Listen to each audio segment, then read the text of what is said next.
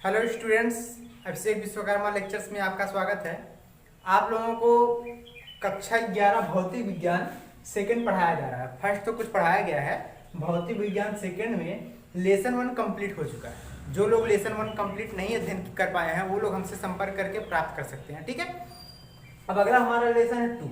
अब लेसन 2 में हमारा जो चैप्टर है नाम है उसका तरलों के यांत्रिक गुण। जो इसके पहले लेसन 1 फिजिक्स सेकंड में पहला चैप्टर था प्रत्यास्थता था। अब दूसरा जो चैप्टर है वह है हमारा तरलों के यांत्रिक गुण। अब तरलों के यांत्रिक गुण में पहले बात होती है कि तरल क्या है। तरल के बारे में जान लेते हैं।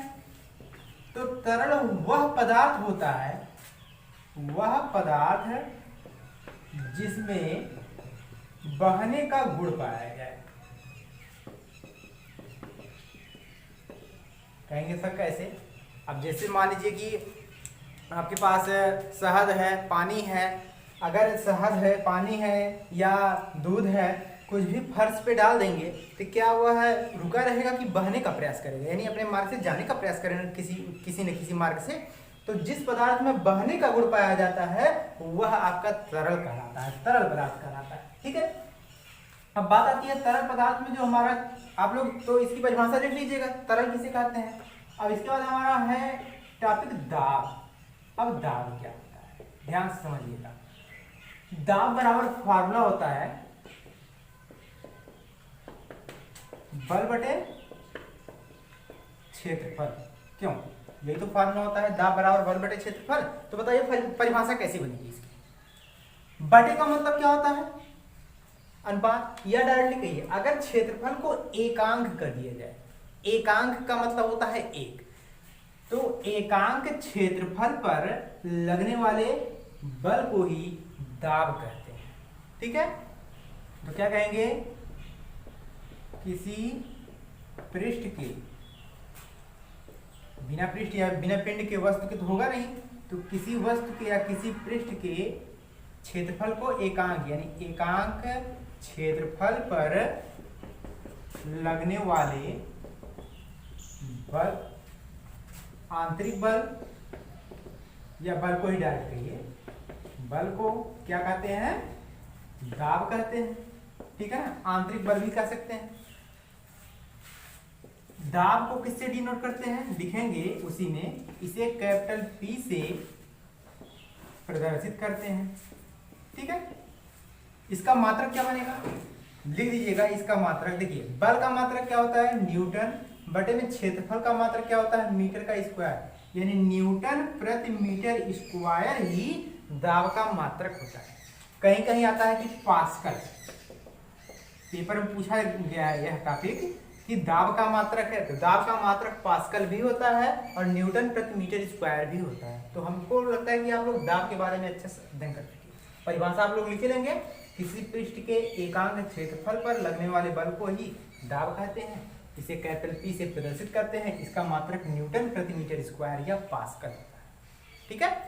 चलिए, इसके बाद आपको आगे पढ़ाना है इसी में तरल दाब, ठीक है ना। अब तरल दाब क्या है? चलिए, इसके लिए एक हम बर्तन बना ले रहे हैं। कोई पार्ट है, बर्तन है, मान लीजिए इसमें द्रव भरा हुआ है, ठीक है। घर पे भी आप लोग प्रैक्टिकल करके देख सकते हैं। कोई बर्तन है, बर्तन में क्या भरा हुआ है? द्रव। द्रव में जल हुआ या पानी, दूध हुआ, कुछ भी भरा हो। तो यह द्रव अगर कहीं से छिद्र कर दें तो यह द्रव उसी से निकलने की कोशिश करने लगेगा। अब यह भी तो है कि यह द्रव क्या कार्य करेगा? यह यही करेगा कि वह किसी न किसी बिंदु से निकलने का प्रयास करेगा, यानी एक बल लगाता है। किस पर? यह जो पात्र की दीवार है, पात्र की दीवार पर यह बल लगाने का प्रयास करता है जिससे वह बाहर निकल सके। वही आपका दाब जो लगता है, बल लगता है, वही तरल दाब कहलाता है। परिभाषा क्या बनाएंगे? यदि किसी पात्र में क्या भरा हो? द्रव भरा हो। यदि किसी पात्र में द्रव भरा हो तो द्रव उस पात्र की दीवारों के प्रत्येक बिंदुओं पर समान रूप से बल आरोपित करता है, उसी को हम लोग कहते हैं तरल दाब कहते हैं, ठीक है। चलिए इसकी परिभाषा लिख लेते हैं। तो इसकी परिभाषा देख लीजिए कि तरल दाब के लिए, यदि किसी पात्र में द्रव भरा हो तो द्रव पात्र की दीवारों के प्रत्येक बिंदुओं पर समान रूप से एक बल आरोपित करता है जिसे तरल दाब कहते हैं। ठीक है ना। आप लोगों को करना क्या है, पहले तरल की परिभाषा लिखेंगे, इसके बाद दाब के बारे में लिखेंगे, इसके बाद आप लोग तरल दाब की परिभाषा लिखेंगे। ठीक है ना। अब जो मोस्ट इंपॉर्टेंट है आपका अगला टॉपिक है वह है वायुमंडलीय दाब। अब इसमें एक चीज कह सकते हैं, यदि वायुमंडलीय दाब, ठीक है ना, लिख लीजिएगा इसी में, यदि वायुमंडलीय दाब क्या हो, पी सफिक्स में ए।